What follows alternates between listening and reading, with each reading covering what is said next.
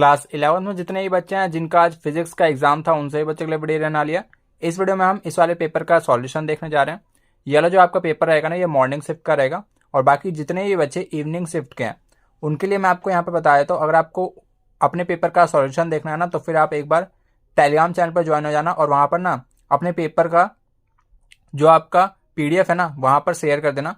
मैं आपके लिए वीडियो बना दूंगा जिसमें मैं आपको कंप्लीट सॉल्यूशन करा दूंगा। तो इस वाले पेपर को स्टार्ट करने से पहले मैं आपको ना ये बताना चाहता हूँ, आपके पेपर में जो मैक्सिमम क्वेश्चंस आए हैं ना, वो मैंने जो PYQs प्रैक्टिस की वीडियोस कराई थी ना, उसमें से आए हैं। तो एक बार ना मैं आपको दिखा देता हूँ जो जो क्वेश्चंस आपके आए हैं।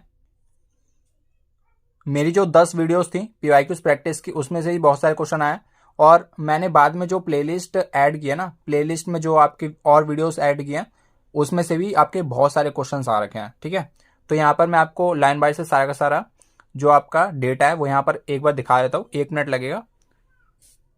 पहले तो आपका ये वाला क्वेश्चन जो है एग्जैक्टली सेम है, बस यहाँ पर जो है आपको यहाँ पर ना जो आपका बुलेट का मास है आपके क्वेश्चन पेपर में, यहाँ पर 20 ग्राम है, और यहाँ पर था आपका 0.04 kg। ठीक है, बस इतना सा ही चेंज था, और बाकी स्पीड में कुछ चेंज होगा, बाकी पूरा पूरा एग्जैक्टली क्वेश्चन था। आप यहाँ पर देख सकते हैं आपका क्वेश्चन नंबर 18 था। ठीक है, आप मिला भी सकते हैं, एग्जैक्टली सेम क्वेश्चन था, और हमारा यहाँ पर आंसर आया था माइनस का 270 न्यूटन, और उसमें जो है आंसर थोड़ा अलग आएगा क्योंकि आपका जो है यहाँ पर डेटा अलग है, इस वजह से। ठीक है, तो अगले क्वेश्चन की तरफ बढ़ते हैं।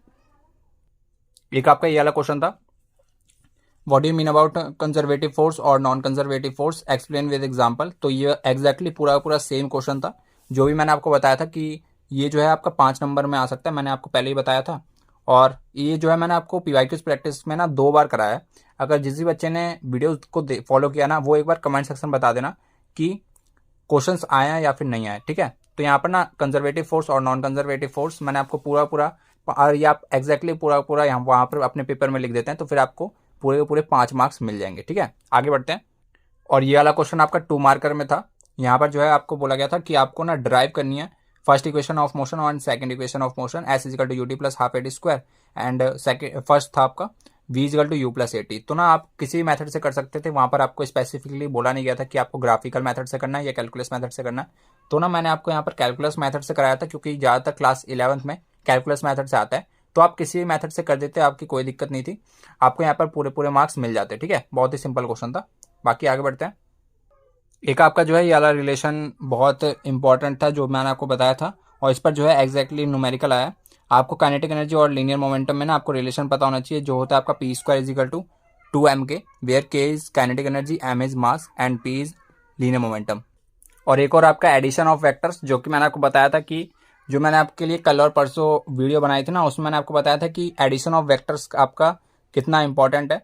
तो यहाँ पर एडिशन ऑफ वेक्टर्स के भी आपके मैंने नोट्स बनवाए थे, तो यहाँ पर ना ये भी आपका एग्जैक्टली सेम आपके पेपर में आ रखा है। ठीक है, तो ये पूरा पूरा आपका रिलेशन था, जिसमें आपका फॉर्मूला क्या बना था, R is equal to under root में A² प्लस B² प्लस में 2AB कॉस थीटा।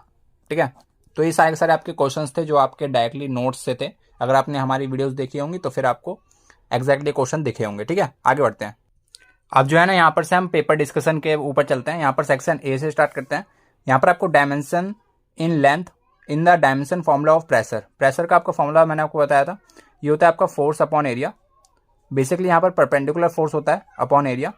अभी आप आने वाले चैप्टर में मॉड्यूलस ऑफ इलास्टिसिटी इन यानी कि मैकेनिक्स ऑफ सॉलिड्स में आपका इसका अच्छे से फॉर्मूला आएगा, तो वहाँ पर ना आप इसको अच्छे से पढ़ेंगे। तो यहाँ पर pressure is equal to force upon area, perpendicular force होता है, ये आपको यहाँ पर पता होना चाहिए। ठीक है, तो pressure is equal to force की डायमेंशन ml T⁻², एरिया की डायमेंशन L²।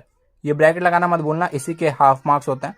अब यहाँ पर जो है ना आपका एक L से एक L कैंसिल हो जाएगा, L ऊपर जाएगा तो ml-1 T-2। ठीक है, L जो है यहाँ पर इसकी पावर कितनी आ रही है, -1, तो यहाँ पर ऑप्शन नंबर B आपका यहाँ पर राइट आंसर होगा। बहुत ही ज़्यादा सिंपल क्वेश्चन था। सेकंड क्वेश्चन में आपको बोला गया a person covers a part of a distance with speed v1 and remaining distance with speed v2, but in same time the average speed of entire journey. एक आपकी journey थी जिसमें आपका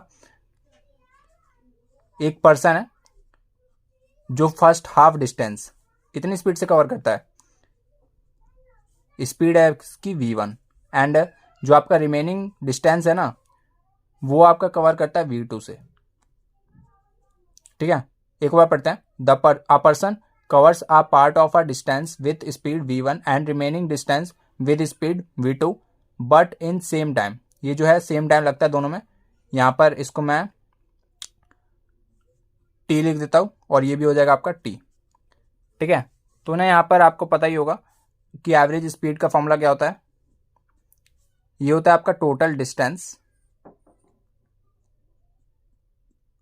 अपॉन टोटल टाइम टेकन। ठीक है, तो ये आपका फॉर्मूला होता है। अब यहाँ पर जो है आपको क्या करना होगा, यहाँ पर आपको वेलोसिटी पता है, टाइम पता है, पर यहाँ पर आपको डिस्टेंस नहीं पता। डिस्टेंस कैसे निकालते हैं, वेलोसिटी इंटू टाइम। तो ये हो जाएगा आपका v1 इंटू टी, और यहाँ पर से डिस्टेंस हो जाएगा आपका v2 इंटू टी। ठीक है, अब यहाँ पर से आपको जो है v एवरेज चाहिए, एवरेज स्पीड।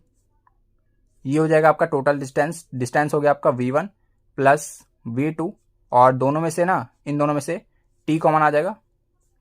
टोटल टाइम हो गया आपका, यहाँ पर भी t टाइम लगता था इतने इंटरवल में, और इतने इंटरवल में भी t टाइम, तो टोटल हो गया आपका 2t।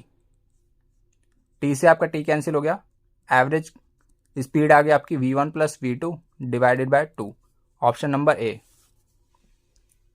सेकंड क्वेश्चन में आपको बोला गया है horizontal component of velocity of a projectile motion throw at angle theta from ground. यही मैंने आपको बता रखा है, अगर आपने देखी होंगी वीडियोस जिसमें मैंने आपको प्रोजेक्टाइल मोशन कराया था, कि जब भी आप किसी भी ऑब्जेक्ट को प्रोजेक्ट करते हो थीटा एंगल पर, तो फिर ये जो है आपका इनिशियल वेलोसिटी u होता है, और ना यहाँ पर जो आपका इसका अगर आप कंपोनेंट निकालोगे तो फिर ये आता है आपका u cos theta, and vertical component आता है u sin थीटा। ठीक है, जो आपका यहाँ पर हॉरिजॉन्टल कंपोनेंट होता है ना, वो ऑलवेज u cos थीटा होता है, तो ना ये आपका हमेशा कांस्टेंट रहता है, रिमेन्स कांस्टेंट। आपका यहाँ पर राइट आंसर होगा। बस आपका यहाँ पर वर्टिकल कंपोनेंट चेंज होता रहता है, हॉरिजॉन्टल कंपोनेंट आपका हमेशा सेम रहता है। ठीक है, और यहाँ पर आपका अगला क्वेश्चन है if a constant force is applied to an object its acceleration will be. जो आपका कांस्टेंट फोर्स है वो होता है आपका mass into acceleration, and acceleration की बात करें तो force upon mass, and force अगर आपका कांस्टेंट है तो एक्सेलरेशन क्या होगा, इनवर्सली प्रोपोर्शनल टू मास, तो inversely proportional to mass, option number B. अगले क्वेश्चन में आपको बोला गया the magnitude and direction of net force acting on a stone of mass 0.1 kg just after it is dropped from the window of a train accelerating with 1 metre पर second square. तो ना यहाँ पर आपके पास एक ट्रेन है, इसको हम मान लेते हैं ये हमारी ट्रेन है, और ना यहाँ पर एक विंडो बन रखी है। ठीक है, ये बन गई आपकी ट्रेन, और यहाँ पर जो है हम इंजन भी बना लेते हैं थोड़ा सा, और इसमें से ये धुआं निकल रहा है। ठीक है, ये बन गया आपकी ट्रेन, और ये बन गया इसके ट्रैक। ठीक है, तो ना यहाँ पर आपको बोला गया the magnitude and direction of the net force acting on a stone of mass 0.1 kg just after it is drop from the window. एक आपका स्टोन है, जब इसको हम विंडो से बाहर फेंकते हैं ट्रेन से, जो ट्रेन है उसका एक्सेलरेशन दिया है आपको 1 मीटर पर सेकेंड स्क्वायर, एंड यहाँ पर आपको बोला गया ना, आपको यहाँ पर मैग्नीट्यूड एंड डायरेक्शन बताना है किसका, net force on acting on the stone. ये जो आपका स्टोन है इस पर इसका जो मास है वो है आपका 0.1 kg, एंड इस पे जो फोर्स एक्ट कर रही होगी वो एक्ट कर रही होगी ग्रेविटेशनल फोर्स, और ग्रेविटेशनल फोर्स आपकी कितनी होती है, G is equal to 10 metre पर सेकेंड स्क्वायर। एंड यहाँ पर ना आपको नेट फोर्स बतानी थी, तो नेट फोर्स हो जाएगा आपका mg, तो फोर्स बराबर मास है आपका 0.1 और ग्रेविटेशनल फोर्स एक्ट कर रही है 10 की, तो ये हो गया आपका 1 न्यूटन। ठीक है, और किस डायरेक्शन में एक्ट कर रही होगी आप सभी को पता लग ही रहा होगा, ये डाउनवर्ड एक्ट कर रही होगी, तो 1 newton vertically downward, option number C. Sixth question में आपको बोला गया when a body is thrown up the work done by gravity on the body. तो ना यहाँ पर आपको पता होना चाहिए जब कभी भी आप किसी भी बॉडी को या ऑब्जेक्ट को ऊपर थ्रो करते हो तो ना इसको नीचे वाले डायरेक्शन में क्या होता है, इस पे फोर्स लगता है। जो फोर्स होता है ना वो आपका ना नेगेटिव होता है, क्योंकि यहाँ पर जो आपका फोर्स एक्ट कर रहा है ना वो डाउनवर्ड डायरेक्शन में एक्ट कर रहा है, और इसका जो एक्सीलरेशन हो रहा है वो अपवर्ड हो रहा है, ठीक है। तो ना यहाँ पर जो आपका फोर्स आएगा वो आएगा mg, और ना यहाँ पर जो भी आपका डिस्प्लेसमेंट हो रहा है वो हो रहा है ऊपर की तरफ, और जो यहाँ पर आपका फोर्स एक्ट कर रहा है वो एक्ट कर रहा है mg, ठीक है। तो ना यहाँ पर वर्क डन की बात करें तो ये होता है आपका F vector dot S vector. तो पूरा फॉर्मूला इसको लिखें तो फिर एफ वेक्टर का मॉड एस वेक्टर का मॉड कॉस थीटा, थीटा की बात करें तो 180 डिग्री, कॉस 180 डिग्री होता है आपका -1, एंड वर्क डन आ जाएगा negative of F vector S vector.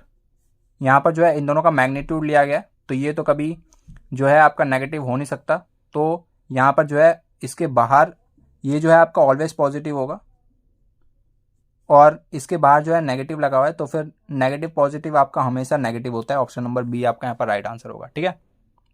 7th question में आपके पास यहाँ पर बोला गया ना, a fire cracker following a parabolic path explodes in mid air. एक आपके पास ना एक फायर क्रैकर है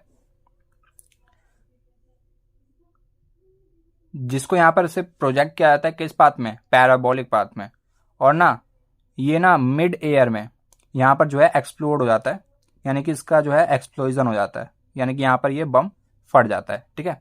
तो यहाँ पर आपको बोला गया है the centre of mass of the all the fragments will follow a path. तो इसका जो सेंटर ऑफ मास होगा ना वो आपका पैराबोलिक पाथ कवर करेगा इसके साथ साथ, तो अलोंग सेम पैराबोला, ठीक है। इसका राइट आंसर होगा ऑप्शन नंबर ए।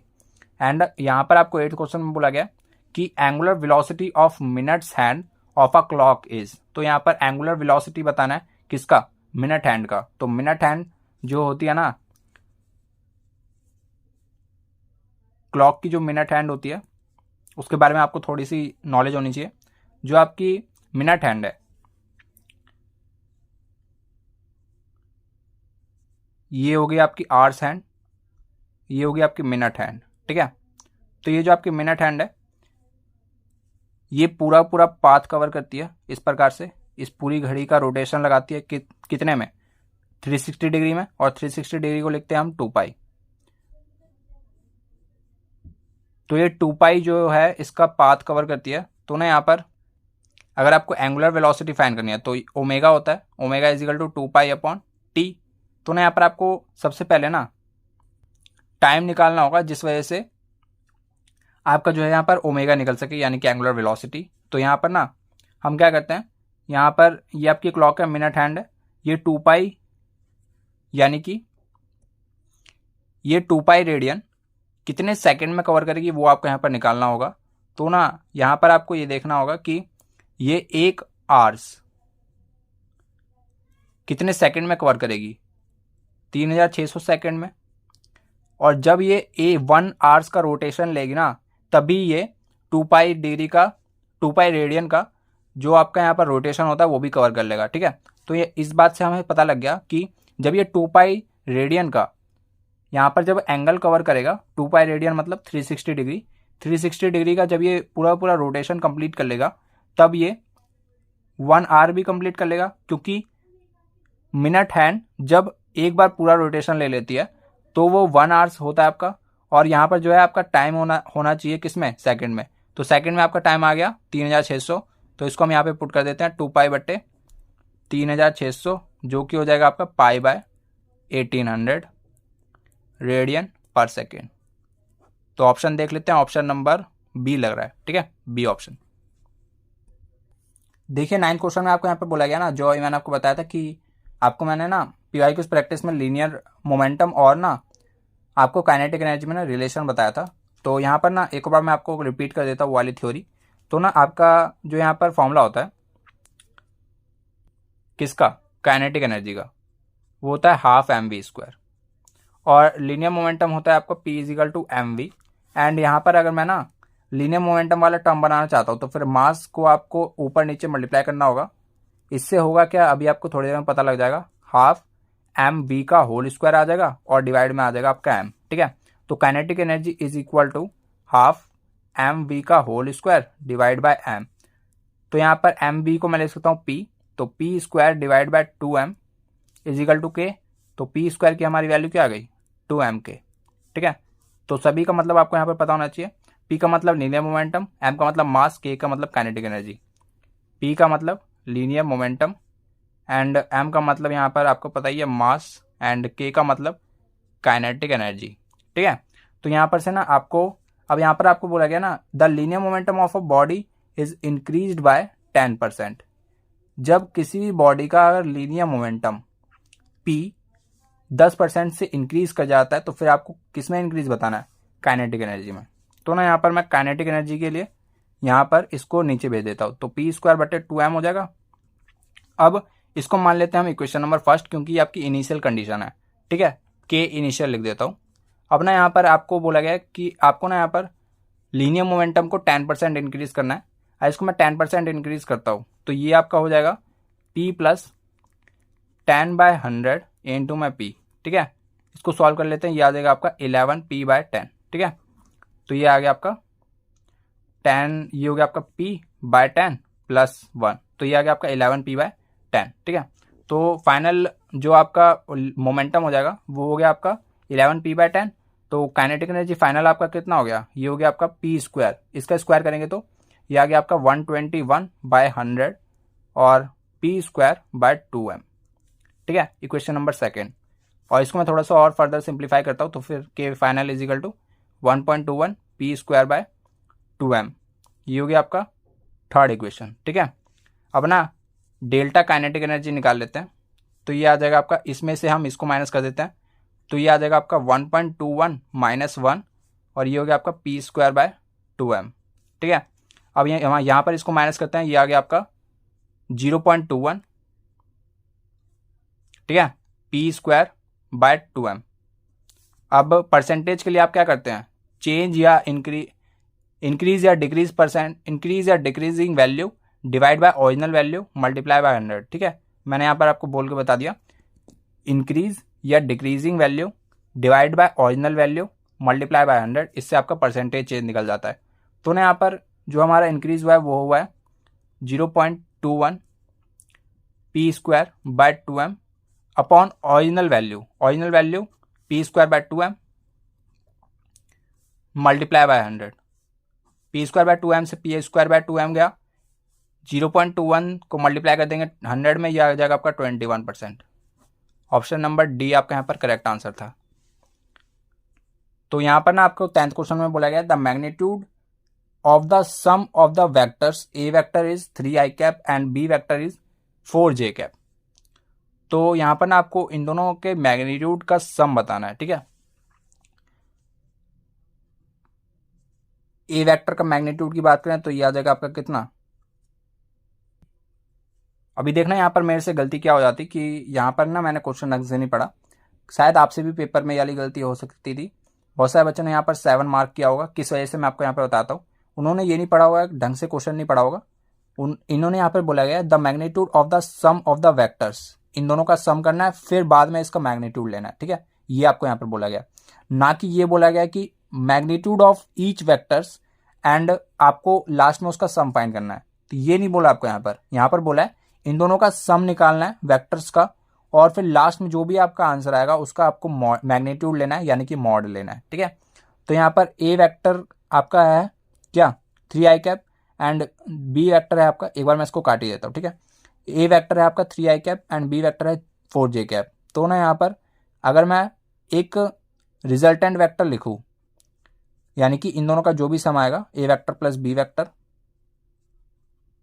ये आपका रिजल्टेंट वेक्टर के बराबर होगा, और इन दोनों का सम क्या होगा 3i प्लस 4j। अब जो है इसका आपको मैग्नीट्यूड फाइंड करना है, रिजल्टेंट वेक्टर का क्वेश्चन में ऐसा बोला गया। तो ये हो गया आपका i का कॉफिशिएंट 3 का स्क्वायर प्लस 4 का स्क्वायर, जो कि हो गया आपका 5, ऑप्शन नंबर सी। बहुत सारे बच्चों ने, मैं जानता हूँ, यहाँ पर डी ऑप्शन चूज किया होगा, पर आपको ऐसे क्वेश्चन में ध्यान से देखना है। तो मोमेंटम ऑफ, यहाँ पर आपको अगला क्वेश्चन मैं बताने जा रहा हूँ, 11th क्वेश्चन है आपका, momentum per unit area has the dimension. तो ना यहाँ पर आपको momentum per unit area, momentum P से रिप्रेजेंट किया जाता है, एरिया को A से रिप्रेजेंट किया जाता है। इसका ना आपको यहाँ पर डायमेंशन फॉर्मूला बताना है। तो इसको मैंने ना एक नया वेरिएबल मान लिया Z, तो Z को लिख लिया हमने मोमेंटम अपॉन एरिया। इसका आपको यहाँ पर ना डायमेंशन फॉर्मूला बताना है, Z का डायमेंशन फॉर्मूला बताना है। तो ये आपका क्या हो जाएगा, मोमेंटम का होता है आपका क्या, मास इंटू वेलोसिटी, मोमेंटम का formula mass into velocity, mass का कैपिटल एम, वेलोसिटी का एल टी माइनस वन। इसको यहाँ पे पुट कर देते हैं, एम एल टी की पावर माइनस वन, एरिया का एल स्क्वायर, एल से एल काट देते हैं, ये हो गया आपका M L minus one T minus one. Option देख लेते हैं कौन सा करेक्ट रहेगा, ऑप्शन नंबर ए। 12th क्वेश्चन थोड़ा मेरे को बढ़िया लगा। यहाँ पर जो है आपको बोला गया, यहाँ पर आपको बोला गया the distance traversed during equal intervals of time by a body falling from rest stand to one another in the ratio. तो ना यहाँ पर आपको बोला गया कि ना आपके पास इक्वल टाइम इंटरवल्स है of a body falling from rest, एक बॉडी है जो कहाँ से फॉल कर रही है, रेस्ट से, यानी कि यहाँ पर आपकी यू की वैल्यू इंडायरेक्टली बताई जा रही है कि यहाँ पर यू की वैल्यू कितनी है, 0।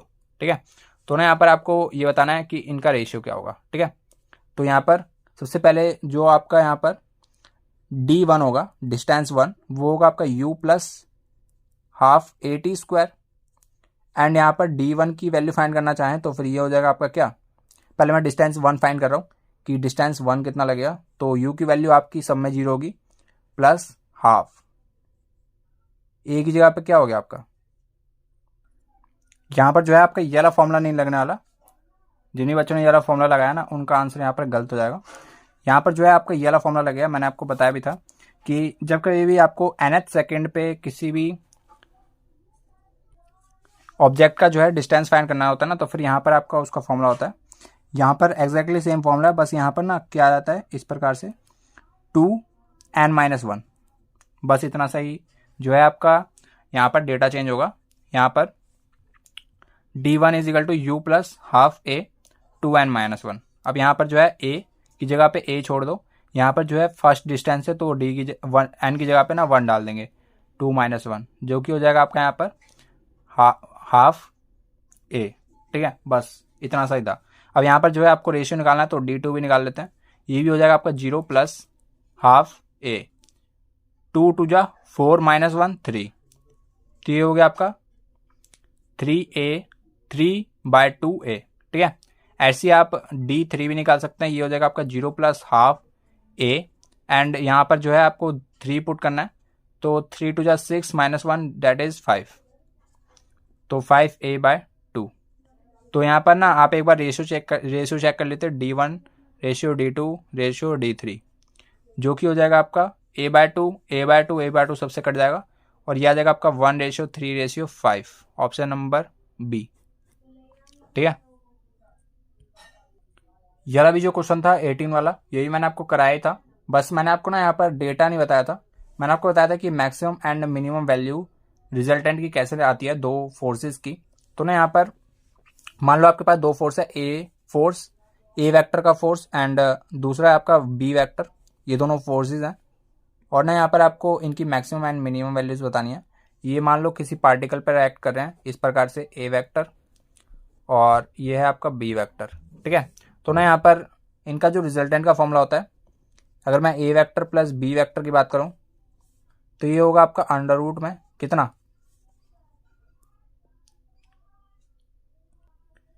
ए वेक्टर का मैग्नीट्यूड का स्क्वायर प्लस बी वेक्टर का मैग्नीट्यूड का स्क्वायर प्लस 2ab, इन दोनों का magnitude cause of theta.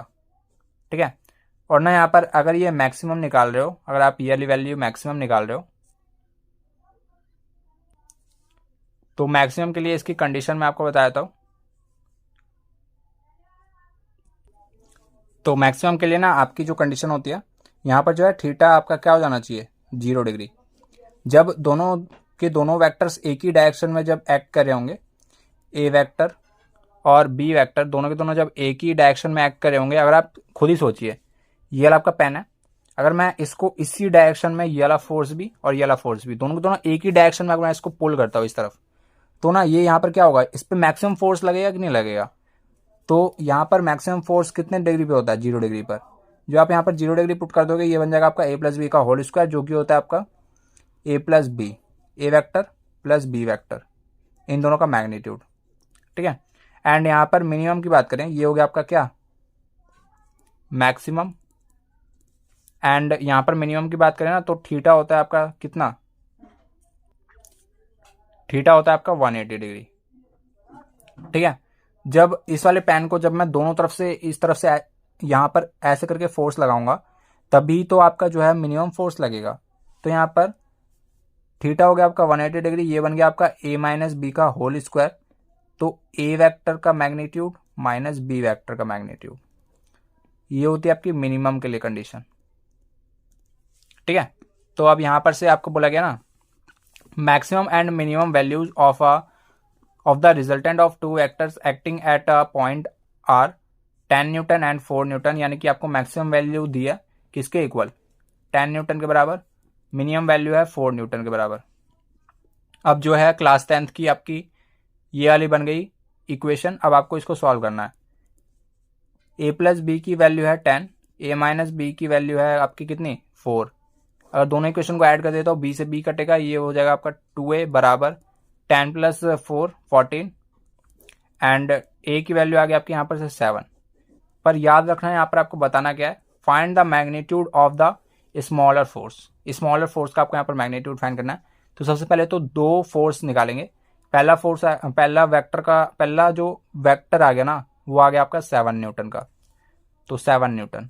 B की वैल्यू निकालते हैं, किसी भी इक्वेशन में पुट कर देते हैं तो बी आ जाएगा आपका, यहाँ पर फर्स्ट इक्वेशन पुट कर देते हैं 7 पुट करेंगे तो ये आ जाएगा आपका 3 न्यूटन।